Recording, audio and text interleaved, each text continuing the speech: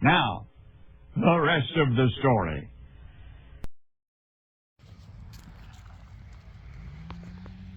Dust is flying everywhere. I can only assume that's somebody else cutting beans.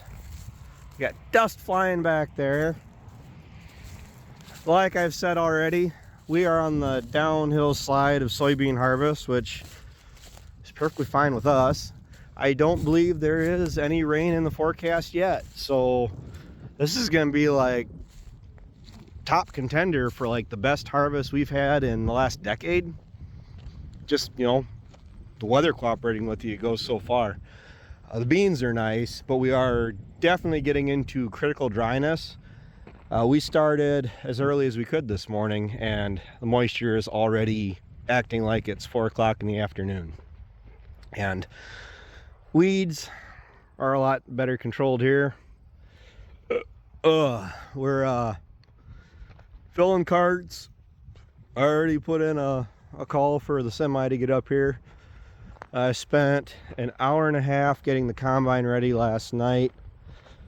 One cart is full, and the combine's already got the lights flashing on it, telling me that I shouldn't be talking to you guys, and I should be down there chasing him. Which, for how fast that combine's filled up, it's telling me the yields must be doing all right. Now my next trick is going to be getting my puppy dog in the 4640 with me. Yep, still sick. Everybody's sick. It's more surprising if nobody's sick at this point. Come on, buddy! Get up here.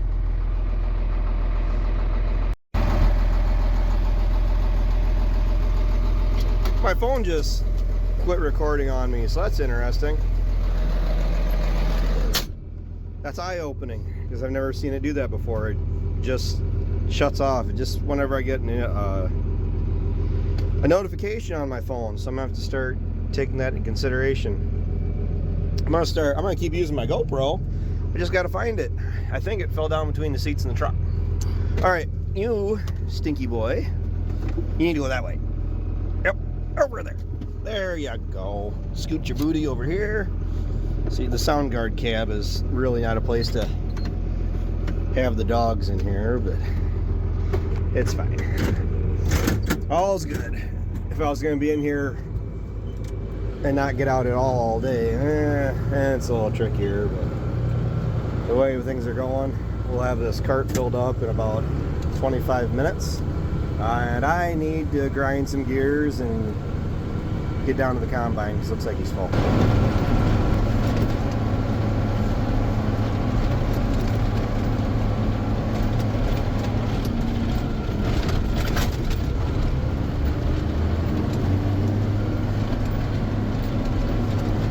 The beans do look really nice and clean. A little bit of volunteer corn, but it's not hurting the yields whatsoever. So I'm good with that. Oh, it's an option that the 9510 and the 6620 definitely didn't have, but I like the whole flashing light alarm thing. So we went from what, 160 bushel tank on the 6620, maybe 180, to a 280, 300 bushel tank on the 9510. Ooh, that was close. Things I can do with one arm here.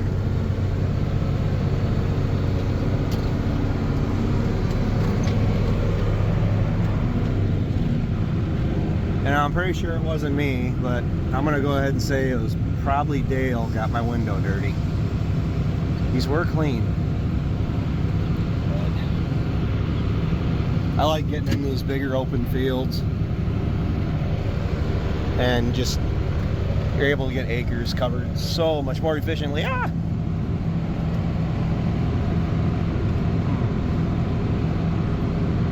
Now Ryan's teasing us too because he's out, was looking at grain carts. He found another one of these with a factory scale on it.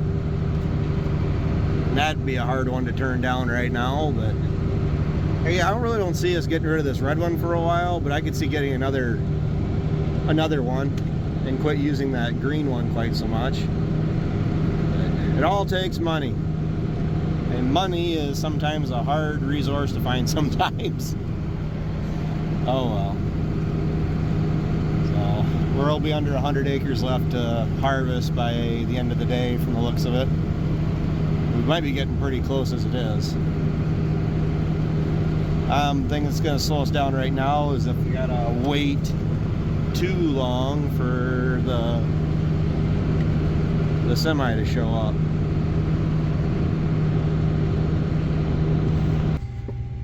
That's going to be it for today.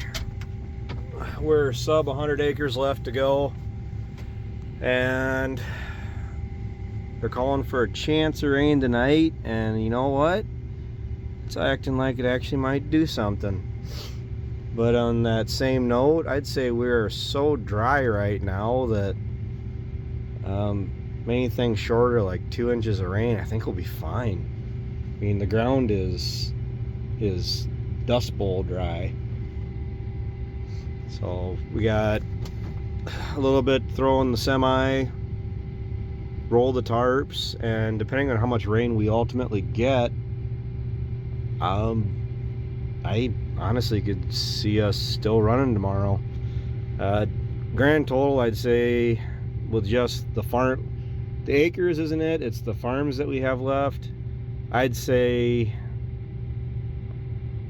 probably 2 full days of running to finish up what we have.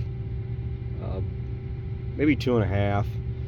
I say that largely just because the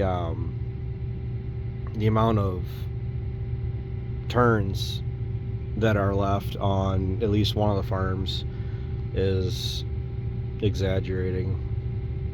Well, a lot more than it needs to be, but otherwise we're sitting all right.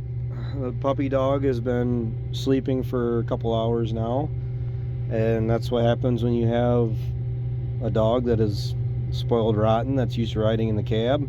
I can't not have him in a cab because he will run across the field chasing us, and I'm not going to risk getting him hurt.